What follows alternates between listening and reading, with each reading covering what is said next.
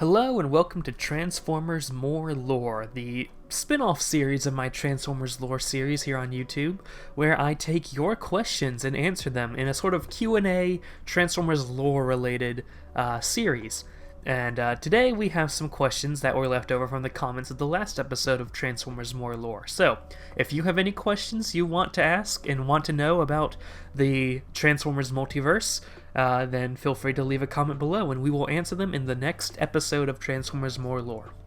John Goals says, in respects to decapitation, does the Spark have, for lack of a better term, wireless link to their head, or is there effectively two sentient versions of that Cybertronian?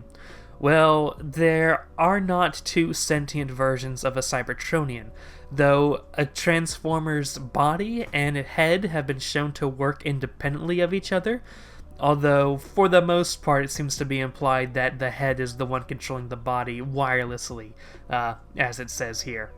Going from what we know of the lore, we know that the brain module is connected through the life cord to the Spark, which is a cord that's along the spine and the cranial stem that connects the brain module to the Spark. However, like we said, for a limited time we've seen decapitated heads operate just fine without the body.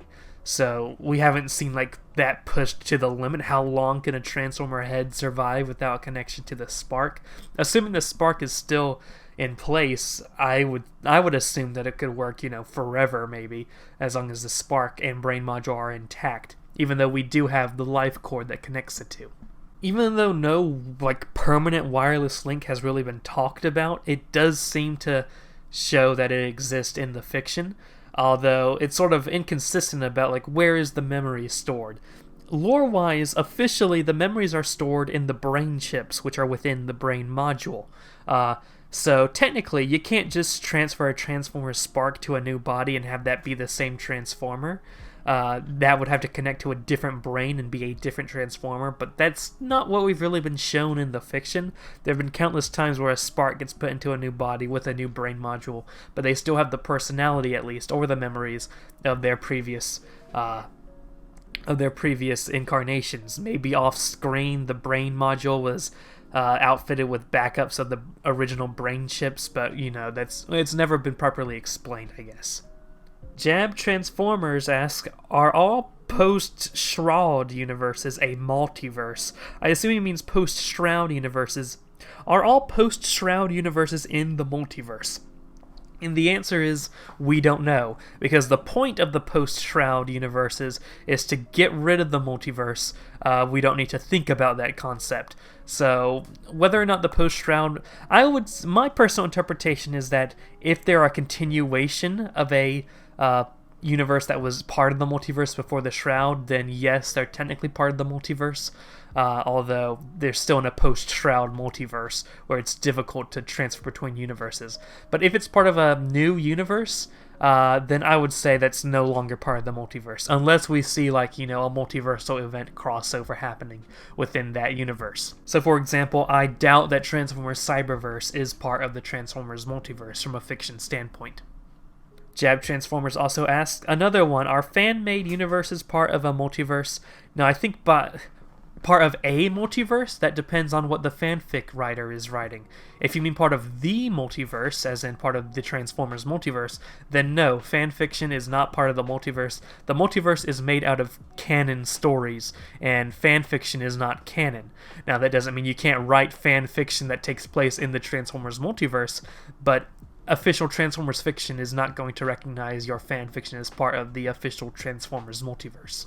Now, that being said, there have been some instances of fanfiction becoming canon, such as Transformers Alignment, or some of the Transformers Mosaic, or really one of the Transformers Mosaics, with the intent for a second one to be canon, but that didn't really work. But there have been fanfics that have become canon, but that's kind of because they were made by official writers of the Transformers. Joseph Ziprish asks, got a question. Spectralism, functionalism, and whatever it's called that Cyclonus had, where he wouldn't repair himself, are they philosophies or tenets of a Transformer religion? Well, functionism, I think you mean, and not functionalism. Functionism is a philosophy and not necessarily a religion, although it does tie into some religious ideas. Spectralism has shown itself to be a sort of religion, or at least a sect of the Primus religion. I should know that what Cyclonus had, he was part of the Clavius Aurea, or however you pronounce Aurea, but he was born in a region called Upper Tetrahex, where Clavius Aurea was a really large, influential religious community, sometimes known as a cult. But the Clavius Aurea sort of was a subsect of the whole Guiding Hand mythos. They had this shortened version of the Primal Sacrament that was less allegorical, but the Clavius Aureal said that repairing your body, you shouldn't do that unless those repairs are absolutely necessary, which also suggests that Transformers repairing themselves with living metal might be a voluntary thing and not just they can control their own biology to heal themselves or not, which is weird. Like, consider if you got a cut, but then you will yourself to not have that skin regrow and scar, but you just have a cut forever now, which is interesting to think about. The Spawn of Unicron says, are the Quintessons cyborgs or purely mechanical, and if so, who built them? I mean in G1 base continuities and Energon. The Quintessons, as far as we know, are purely mechanical beings. In most universes, they are made by Unicron. In the Transformers Generation 1 cartoon and comic, they were both Unicron's spawn. In the Aligned continuity, they were created by Quintus Prime with the Ember Stone, when he was trying to create other races to cooperate with the Cybertronians, which didn't work when he created the Quintessons, who did not cooperate with the Cybertronians in a peaceful manner. We don't really know the origin of the Quintessons in Transformers Energon. We only know one Quintesson anyway from Transformers Energon, and that he came from Planet Q. We don't know if Planet Q was the homeworld of all Quintessons, or if Alpha Q is the only Quintesson, or if Quintessons come from another planet and later inhabit Planet Q, or Alpha Q. It's complicated, but we don't really know their origin in Transformers Energon. Robert Larson asks, if Transformers have space bridges, why do they need spaceships?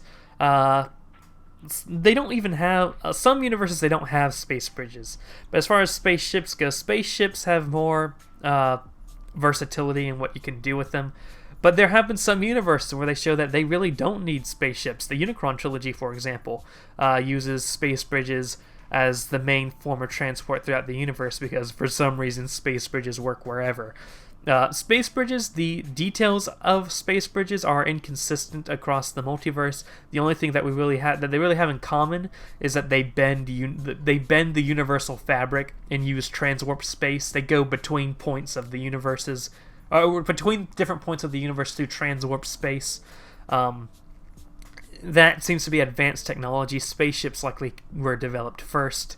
Some universes, space bridges are confined to like 2 units, like you need to have one in one location and another in another location. Sometimes space bridges are just giant portals open in the sky and then they disappear. Sometimes you need pillars to make them.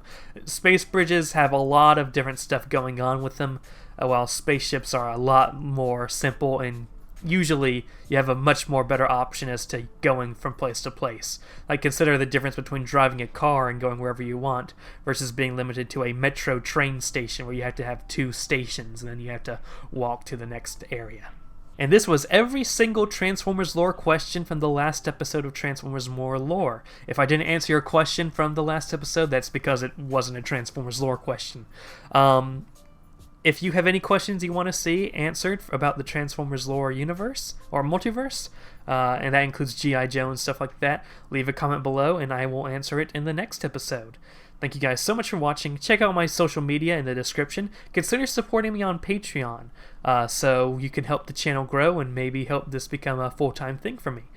And that's about it. Thank you guys so much for watching and have a great day, ladies and gentlemen. Huge thanks to our patrons, including this month's $10 plus patron, Josh Adkins. Check out the description for more patrons and more info about how you can receive a shout out here. City streets and tourniquets, and puppet strings and marionettes.